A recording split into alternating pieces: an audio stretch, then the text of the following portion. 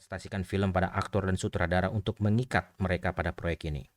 Ada juga proyek yang sudah melibatkan sutradara sejak tahap pembuatan cerita, tahap pencarian dana, dan dukungan ini tidak murah.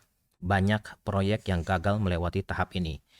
Bila presentasi berhasil, film menerima lampu hijau, artinya proyek tersebut sudah dapat didukung finansial dari production house atau studio besar, investor independen atau kumpulan asosiasi pegiat film. Setelah semua pihak bertemu dan kesepakatan disetujui, film berlanjut ke tahap praproduksi.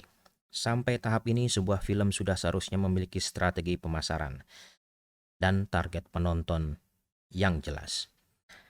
Tahap development untuk film-film animasi berbeda sedikit karena biasanya sutradara yang mengembangkan dan mempresentasikan cerita kepada produser eksekutif berdasarkan storyboard yang masih kasar. Untuk animasi, jarang sekali ditemukan senario penuh pada tahap ini. Jika film animasi dapat lampu hijau untuk tahap selanjutnya, maka penulis senario baru dilibatkan untuk mempersiapkan senario. Praproduksi. Pada tahap praproduksi, setiap langkah konkret dalam membuat film benar-benar didesain dan direncanakan dengan matang. Perusahaan didirikan dan kantor produksi dibangun. Konsep film dibayangkan dan diprevisualisasikan oleh sutradara dan bisa dibuatkan storyboard dengan bantuan ilustrator dan storyboard artist. Anggaran produksi dibuat untuk memperkirakan biaya pengeluaran. Untuk produksi besar, biasanya akan memperhitungkan asuransi untuk perlindungan terhadap kecelakaan. Di tahap ini, produser juga memperkerjakan kru. Kebutuhan cerita dan biaya akan menentukan jumlah dan jenis kru yang terlibat selama pembuatan film. Banyak sekali film terkenal Hollywood yang mempekerjakan ratusan kru plus pemain, sementara film independen beranggaran rendah memiliki 8 kru saja atau bahkan kurang. Berikut beberapa posisi kru yang biasa hadir dalam sebuah produksi. Storyboard artist membuat gambar-gambar untuk membantu sutradara dan desainer produksi mengkomunikasikan ide mereka kepada tim produksi. Sutradara, tanggung jawab terbesarnya adalah penceritaan, keputusan-keputusan kreatif, dan kualitas akting yang ada di dalam film. Asisten sutradara, Astrada, tugas umumnya adalah mengelola jadwal syuting dan logistik produksi. Di antara banyaknya tugas yang lain, ada berbagai macam astrada dan masing-masing memiliki tanggung jawab yang berbeda sesuai pembagian tugas secara khusus. Manajer produksi mengelola anggaran produksi dan jadwal produksi.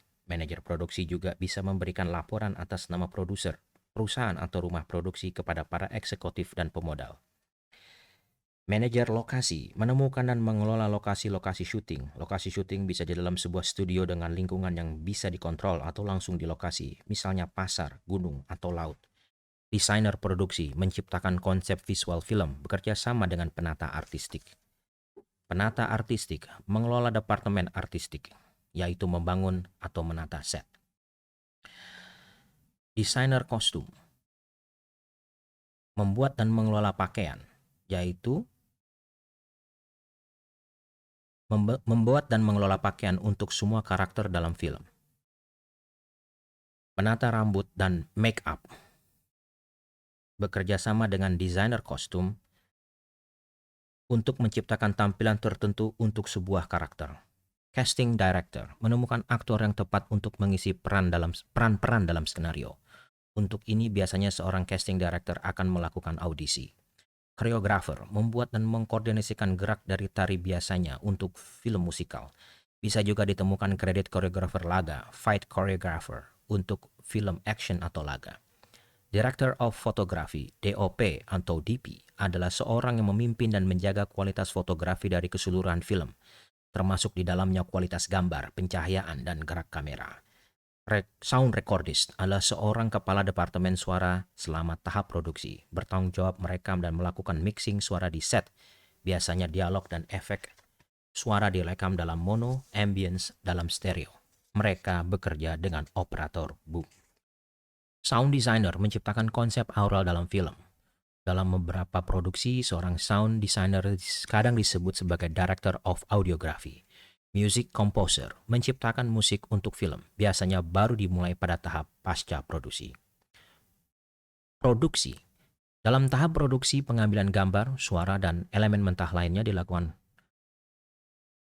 Kru akan lebih banyak dipekerjakan di sini, seperti property master, script continuity report atau script supervisor, asisten sutradara, fotografer still, on location editor, dan sebagainya. Ini hanya sebagian peran yang biasa muncul dalam pembuatan film. Sebuah film produksi memiliki kebebasan untuk mengombinasikan, menyatukan, atau memilah peran-peran para kru sesuai dengan kebutuhan produksi. Bayangkan suatu hari syutingmu dimulai. Biasanya kita akan melihat kru tiba di set lokasi sesuai dengan call time yang ditetapkan. Para kru di Indonesia biasa menyebutnya callingan. Callingan. Pada aktor biasanya punya waktu callingan yang berbeda. Konstruksi set, penataan set, dan penataan cahaya biasanya memakan waktu berjam-jam atau bahkan berhari-hari sehingga biasanya dilakukan jauh sebelum syuting dimulai. Grip, tim yang bertanggung jawab dalam mengoperasikan alat pendukung kamera seperti crane, dolly, stabilizer, dan sebagainya. Gaffer, chief lighting, dan tim lighting, dan kru desain produksi biasanya akan mengerjakan satu langkah di depan departemen kamera dan suara. Agar efisien, mereka akan mempersiapkan scene berikutnya sementara departemen lain.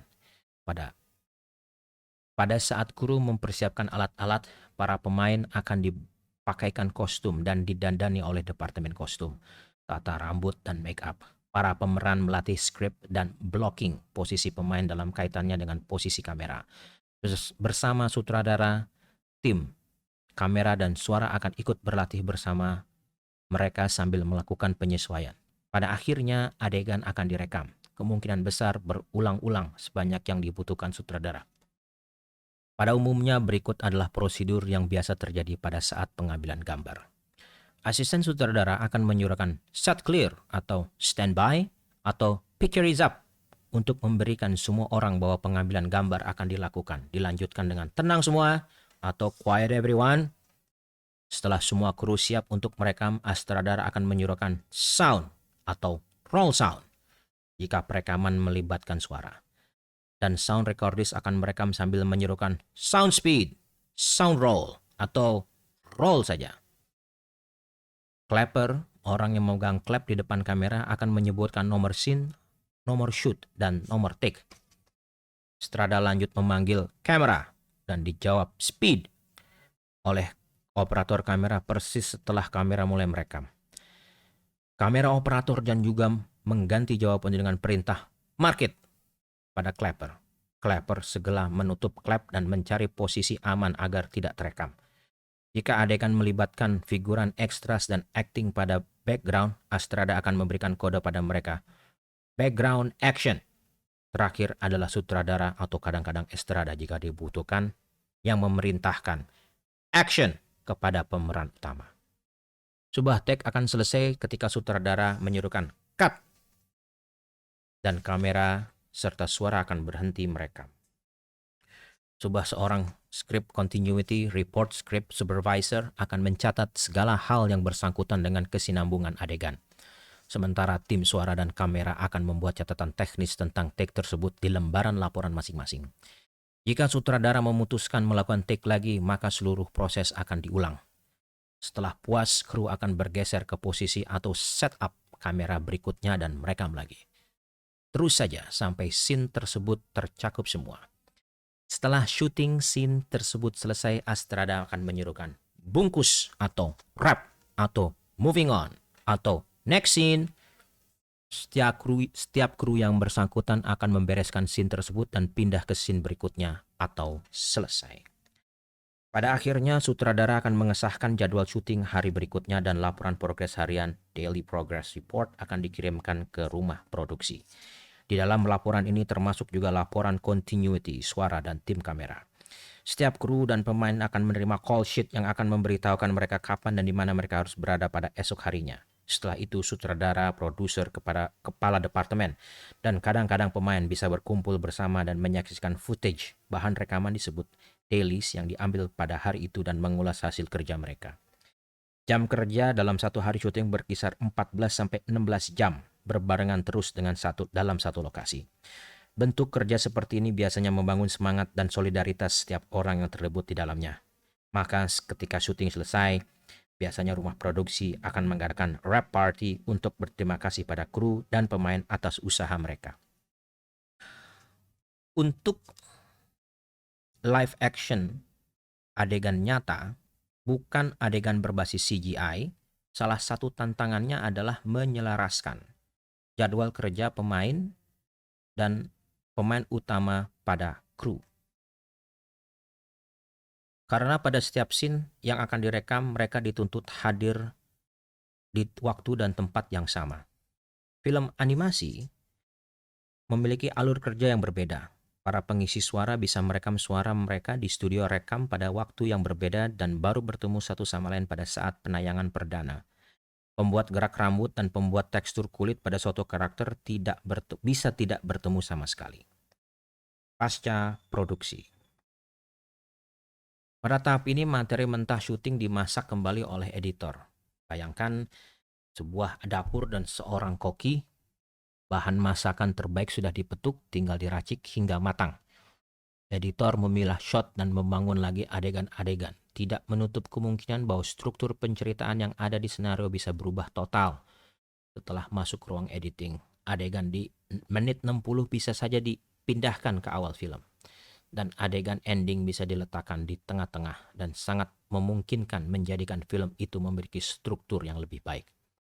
Desain suara juga dilakukan di tahap ini. Dialog-dialog diedit dan dikembangkan kualitasnya. Musik dan lagu dibuat dan diarrangement jika film tersebut memiliki konsep musical score. Efek suara didesain dan direkam, termasuk di dalamnya penambahan suara langkah, suara pintu, suara ledakan, suara nafas, dan lain sebagainya.